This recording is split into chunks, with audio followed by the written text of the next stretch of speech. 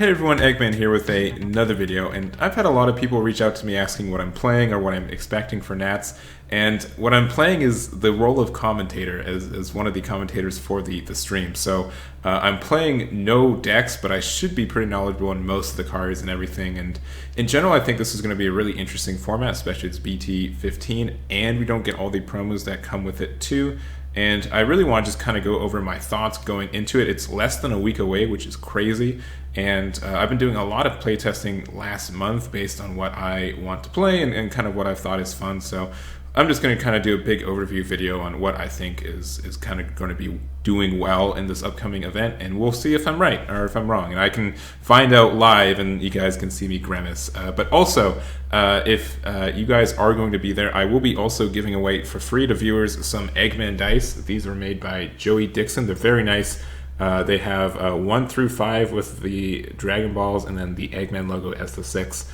Really been enjoying these. They've been these original ones were gifts, and then I thought they were really cool. So I will be having those with me as well. So if you guys see me at the event, please make sure to reach out, and I'll give you some dice as well. But let's jump on into the list that I have for you guys. So this list is 100% what I play if Bojack didn't get banned. This list is super fun. It's tricolor, blue, yellow, green. I loved it so dang much. And just being able to, like, Son Gohan is probably still the best generic yellow leader we have right now. And we also, I've done some experimenting with the new, one from set 15 as well. I think this one has its own perks, and in general, with a really good pilot, it's great and potentially even better. It just has, it's a little clunkier at times, but when it works, it really, really goes off.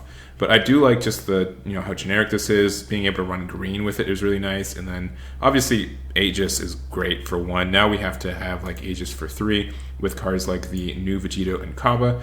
And then, the Gohan hit, But we also have the counterplay green and Martinine as well, which is a Aegis and counterplay, which is both pretty good. There's no protection on it, unfortunately, but I think this is a somewhat good card. In general, if I had more time testing, if I seriously needed to playtest, I'd probably start with one of these lists as well. But I think Son Gohan's going to still do really well. It's still the best generic yellow leader, as I said before, and I expect to see a lot of people playing it as well. And in general, I think set 15 has some good archetypes, but I think they're kind of archetypes that you kind of need to marinate with for a little bit. You kind of have to figure out how they work and how they interact with the other archetypes as well. And so I think that there are some set 15 archetypes that you have to watch out for, but they might not be at full force the week that they're released, right? And kind of figuring that out. But we do have the Universe 6 engine, and in general, I think this works so well with any blue leader. I think, a lot of people have been using the Reboot Soul Striker. That's probably one of the best generic blue leaders we have right now, and it's so great. It just makes it so the energy that you're investing is really doing well. And I still think blue Hatchiyak is a reason itself to play a blue leader. I think this can win games by itself a lot of the time, and it just feels really, really good. In general, though, I do like this Vegito, not just because I like this leader, but I think it has a lot of synergy with all the blockers and everything else that the new Universe 6 stuff has. We have the new Kefla, which is an arrival for 2 blue and a yellow. And when it's played, choose up 20 of your opponent's back cards, ignoring barrier, and place it at the bottom of his owner's deck, which is super powerful. It's offensive, it's defensive, it has blocker, which is great. And also you have an activate main. Limit 1, if your opponent has 3 or more energy, you can choose 1 card in your hand, discard it. If it's a copy of this one, you get dual attack. You get dual attack no matter what, but if it's a copy of this card, you get to draw 2 and then rest one of your opponent's cards, which is powerful, which includes energy, which is really, really nice. Or it could be a block or something else that you're just worried about. I really do like this Super Saiyan 3 Gogeta Unison with the deck as well. Just having dual attack on a leader, on a Unison that can also gain triple strike with your leader ability can really make it easy to end games. It also has a perk, if your leader card is Blue Saiyan, you have a Blue Saiyan card in rest mode, your leader card doesn't take damage from attacks, which is fantastic when you have arrival cards that are Saiyans, that are blue, that have blocker. So you can, arrival the Son Goku hit, you can block an attack, it can live, and then they have to swing over this card again, or if this card's in rest, they have to take care of it first, and then they can try to do damage to your leader again. So I think that's really cool, and that just means that they have to pop one of your blockers, and if you get the pop of the blocker, then you get the activate of your your auto. So I think this is honestly probably one of the decks I would play straight out with Tricolor. If this deck, this deck isn't legal, right? So I think this is probably my backup from there. It just has a lot of cool synergies, and I really like the gameplay from it, and it just feels really, really strong. So, and it's flexible too, which is really nice. Getting a draw on every turn and getting a free on tap too, even if it's on defense, I think feels really good. We also have just a whole bunch of hand destruction decks, and you guys know that I love some hand destruction. The Son Goku Destined Confrontation is probably my favorite leader from set 15. Being able to, it's kind of like halfway between like a Wish leader and not necessarily a Surge leader, but it's just a really interesting leader that kind of goes with this King Kai's planet. So place it to 1. The only thing is this card doesn't have any protection, so I think after the first couple weeks, people might start siding it if it does well enough.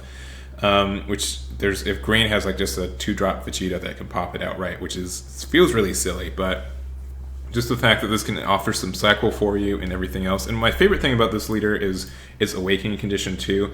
When your life is at 4 or less, or your opponent's leader card is facing up, you can switch one of your energy to active mode, and this card gains plus 5k power for the turn. So you can do this on defense or offense, so you can get the untap and then get the 5k and be aggressive. Or if it's your opponent's turn and they're trying to go off, it can become a bean, which is super good. If your leader becomes 20k for the turn, it makes it so much harder for your opponent to kind of swing over.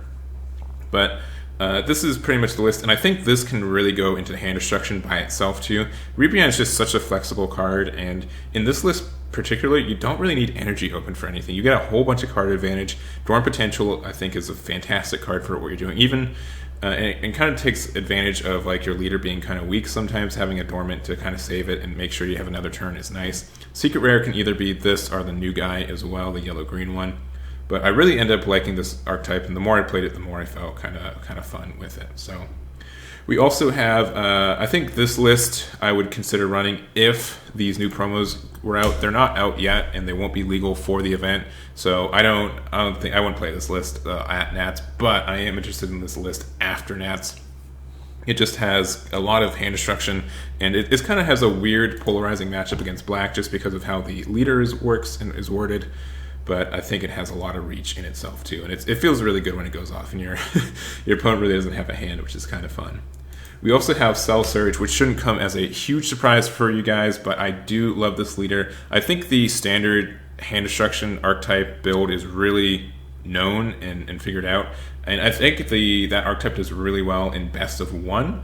I'd be interested to see how it does in best of 3. I don't think it's been tested as much in best of 3 just because there haven't been as many large scale events. I mean, this Nationals is going to be like the largest best of 3 event in almost 2 years, since probably February of 2020. So it's going to be interesting to see what does well and what doesn't in 8 or 9 rounds of a best of 3 format. But this is a different kind of build. If you guys haven't noticed already, this is definitely a successor build, and I've been playing this one a little bit, and it feels really great. It feels really fun to go off. You're able to really do successor very successfully. I didn't mean to do that, I promise. But Super 17 is such a great boon for what you're doing, and there are just so many ways that you can use this as, I would say, intended, where you can play it for free on turn 4, and then you can, with the Hasty Dispatch Dispo helping you out there and everything else, this can be like a really atypical kind of mid-range deck, and I think that feels really good, and it's really refreshing. At least I think this is a fun list. I don't think I'd play Cell Surge at this event, but I think Cell Surge is 100% going to be there, and I think it'd probably nab a top 16 spot, but we'll see from there. And then this is probably like my secret spice kind of list, and this one's definitely very control heavy, but it feels so great when it goes off as well. It can feel really undefeated or like unbreakable a lot of the time, because you can make it where your opponent can't really play anything, which is nice. You have a lot of ways to pop things. You have a lot of interactions with all the cards you're doing, and I really do appreciate that kind of aspect for it. I definitely would add Poutine to this. I don't have it on the board here, but I think Topo's in a really great spot. I think being able to I think just this Aandroidd 13 Unison is great for what you're doing, and with the new inclusion of the new Topo from the anniversary box as well, that's really good. Being able to use this Broly to pop things, RB a blocker. The fact that it's a blocker is fantastic. And really what this deck needs is it just needs more blockers, right? Because you can just swing into the unison enough times, and then if you don't have blockers, you're kind of out of luck. But I really do appreciate the amount of blockers you can really put out. Like this Aandroidd 16 is really good at doing that, and then also the Frieza Army Reinforcements is good for it. I definitely think this is a deck that needs a kind of relook at, and I think if someone commits themselves to it, they can potentially go top 16 with this as well.